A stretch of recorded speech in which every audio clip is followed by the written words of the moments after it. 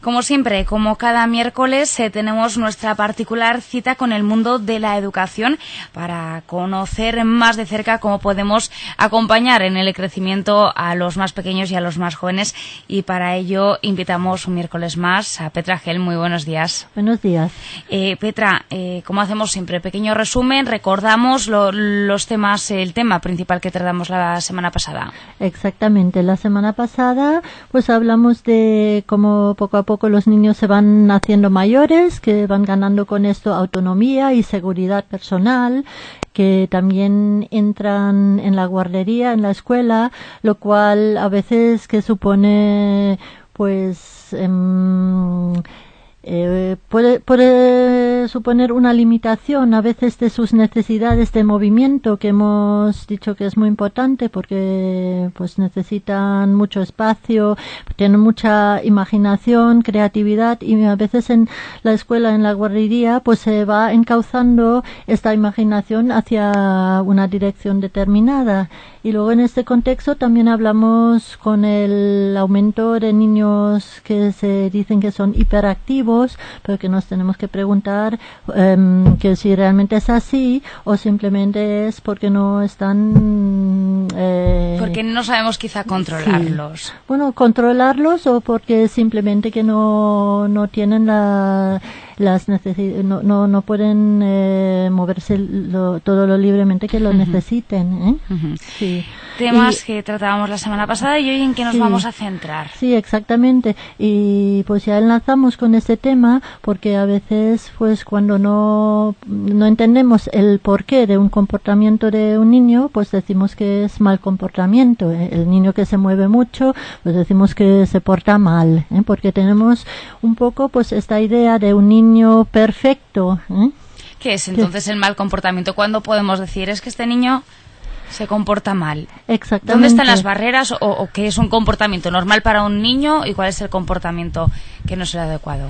Sí, muchas veces hablamos ya de mal comportamiento simplemente cuando el niño no se comporta según nuestros criterios de valorarlo. Entonces, que tenemos una idea que un niño que tiene que estar quieto, que tiene que obedecer a nuestras órdenes, que nos tiene que hacer caso, y pues sí, un poco el modelo tradicional que del niño obediente, que la obediencia que es como la meta principal de la educación.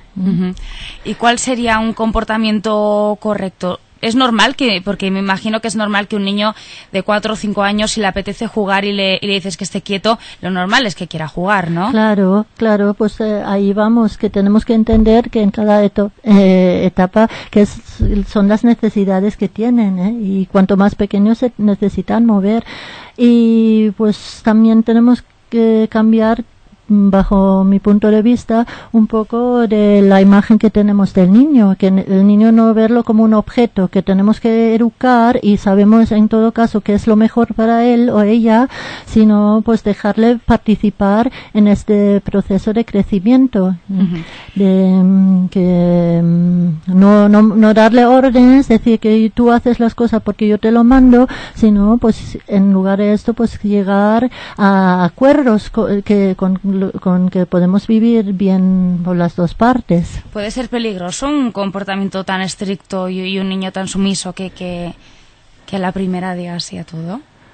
Pues yo diría que sí, porque luego pues vemos niños de adultos que también se conforman con todo, y que dicen y incluso pues se pueden someter a ideologías que son simplemente que son peligrosas porque han aprendido a obedecer lo que dice una supuesta autoridad, pero no han podido desarrollar su propio criterio también de valorar las cosas. Y como siempre, cada vez que hablamos de estos temas, hablamos, no sé si de mitos o de los consejos que se han dado toda la vida. ¿Cuáles han sido esos y cómo podríamos cambiar? Para no ordenar, sino para, como decías tú, hacer un pacto y que las dos partes estén de acuerdo. Sí, para eso igual tenemos que explicar un poquito en qué se basa nuestro modelo de educación, que es el más común, que es el que se basa en el modelo del conductismo. Esto pues es una vertiente que surgió, es un poco difícil de describirlo en 4 palabras, pero surgió al principio del siglo XX, cuando surgió todo pues, la psicología, cuando se descubrieron cómo funciona la mente humana. También entonces, los medios de comunicación. Y los medios de comunicación, exactamente. Y pues se hicieron sobre todo pues descubrimientos sobre el comportamiento humano que basado básicamente en experimentos con animales. Creo que todos hemos oído del famoso perro de Pavlov. Perro de Pavlov, que mediante unos estímulos pues se provoca cierto comportamiento. Y entonces estos métodos, estas técnicas se han aplicado a la educación. Es decir, básicamente pues damos un premio, es un sistema que funciona básicamente con premios y castigos. Entonces, para un comportamiento deseado, pues le damos un premio, y para un comportamiento no deseado, pues o ignoramos al niño o le damos un castigo. Entonces, básicamente, hasta hoy en día, pues todos los manuales de educación y la educación en muchos colegios funcionan así. Entonces, un acondicionamiento, y para mí no es un proceso de aprendizaje, porque el niño aprende a hacer las cosas porque recibe un premio o porque le dan un castigo, pero no aprende por qué debe hacerlo o por qué no debe hacerlo. Sí, y no porque vea una utilidad, y es un proceso pasivo. El niño no tiene ningún poder en decidir y entender por qué se tiene que comportar así. A veces simplemente decimos, un niño se porta mal porque nos molesta. Le decimos, mira, que déjame en paz porque yo no tengo ganas. Entonces ya, si el niño insiste que es su derecho también, o porque es su necesidad, decimos que está comportando mal y le castigamos o le ignoramos o lo que sea. ¿Y qué podemos hacer si no es a través de premios y castigos? Pues lo que he dicho un poco antes, es llegar a acuerdos. La base de todo para mí siempre es el diálogo.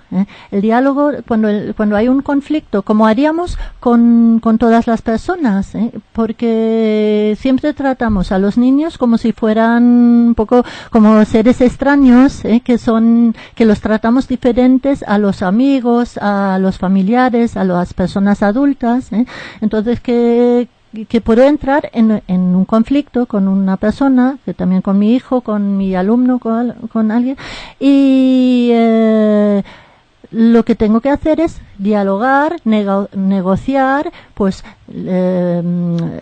fijar pues unas pautas también, pero en colaboración, y no que una parte que las impone y la otra parte tiene que obedecer. Y esto funciona. Y cuanto más mayor el niño, mejor funciona. Y yo pienso que es un proceso muy importante para que luego puedan decidir también de mayores.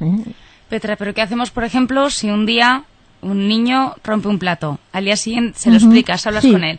El día siguiente lo vuelve a romper. Y al tercer día lo vuelve a hacer. Bueno, primero tenemos que ver por qué rompe el plato. Muchas veces nos enfadamos porque el niño rompe el plato simplemente porque se le ha caído. Como me puede pasar a mí, como te puede pasar a ti. Entonces armamos un escándalo y le etiquetamos como torpe, como tonto y le ponemos un castigo. Entonces yo creo que son ejemplos que en principio no se hace queriendo.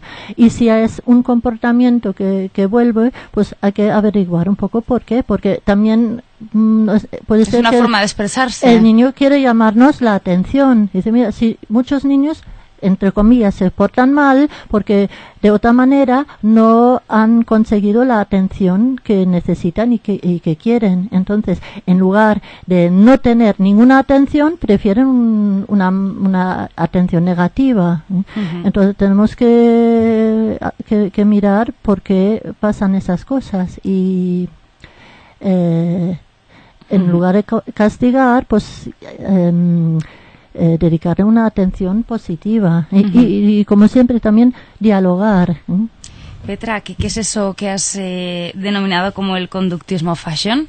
Sí, eso es una vertiente que, como he explicado antes, el conductismo tradicional que funcionaba con castigos muchas veces muy drásticos, como también físicos, aislamientos, el tiempo fuera. Y eso, el conductismo fashion es una vertiente del conductismo un poco disfrazado de moderno. En lugar de esos castigos drásticos, usa primero que dice que en lugar de castigos es mejor reforzar los comportamientos positivos, pero claro, siempre estamos hablando de positivos desde el punto de vista adulto. Uh-huh. Entonces, en lugar de castigar, pues darle como alicientes para que el niño pues voluntariamente obedece, que pueden ser, por ejemplo, para niños pequeños que se hacen unas fichas donde los niños ponen unas pegatinas con caras sonrientes y tristes cuando se han portado mal o bien, y entonces eso lo pueden cambiar por premios, pero sigue siendo, y ese es el modelo que también podemos ver en esos programas de televisión que están muy de moda, de tipo Super Nanny, pero que siguen siendo métodos en que el niño no tiene ningún papel activo. Uh-huh. Y para finalizar, para mí es un adiestramiento más que una educación, uh-huh. Porque eso lo puedo hacer con un perro. El perro le doy la chuchería y se sentará, ¿no? Y a cabo de unos días, pues lo habrá aprendido, pero para mí esto no es el objetivo que quiero para un niño, sino que lo entienda y que lleguemos a tratarnos como personas iguales, a un nivel igual. Uh-huh.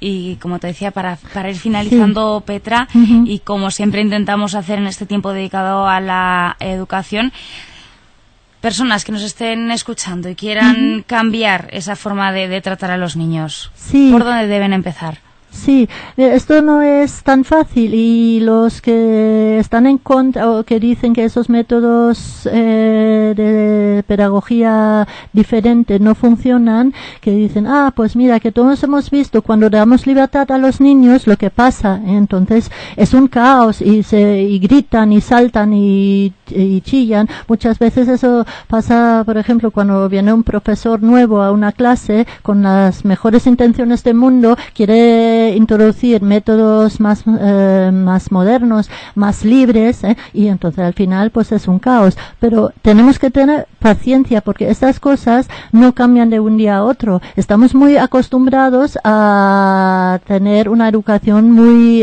rígida, muy mecanizada, y entonces, claro, imagínate que en una cárcel que abres las puertas, los primeros días sobre todo va a ser un caos. Todo el mundo se escapa, corre, que es la anarquía, pero ¿y por qué? Porque esos niños que piensan que tanto como les hemos concedido la libertad se la podemos quitar, porque están acostumbrados que el adulto pues da y quita, uh-huh. Pero cuando se dan cuenta después de un tiempo que esta libertad pues está allí, se tranquilizan, porque los niños no son salvajes tampoco, y cuanto más usan la razón, ellos mismos necesitan una estructura, pero no una estructura como siempre decimos que se la tenemos que dar, sino se la buscan ellos, también se buscan límites, No tenemos que confundir la educación con respeto o el acompañamiento con la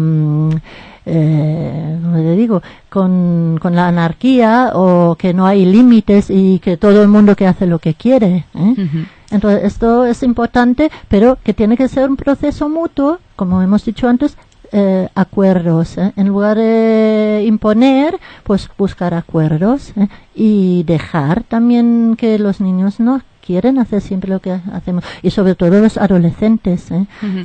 Tema que, por cierto, hablaremos de la semana que viene, ¿no? Exactamente. Ahí sí que eso de ir dejando y que tratar más de tú a tú, pues es fundamental. Uh-huh. Bueno, pues sí. Petra Gel, muchísimas gracias. Nos vemos en 7 días. Exactamente. Muchísimas gracias.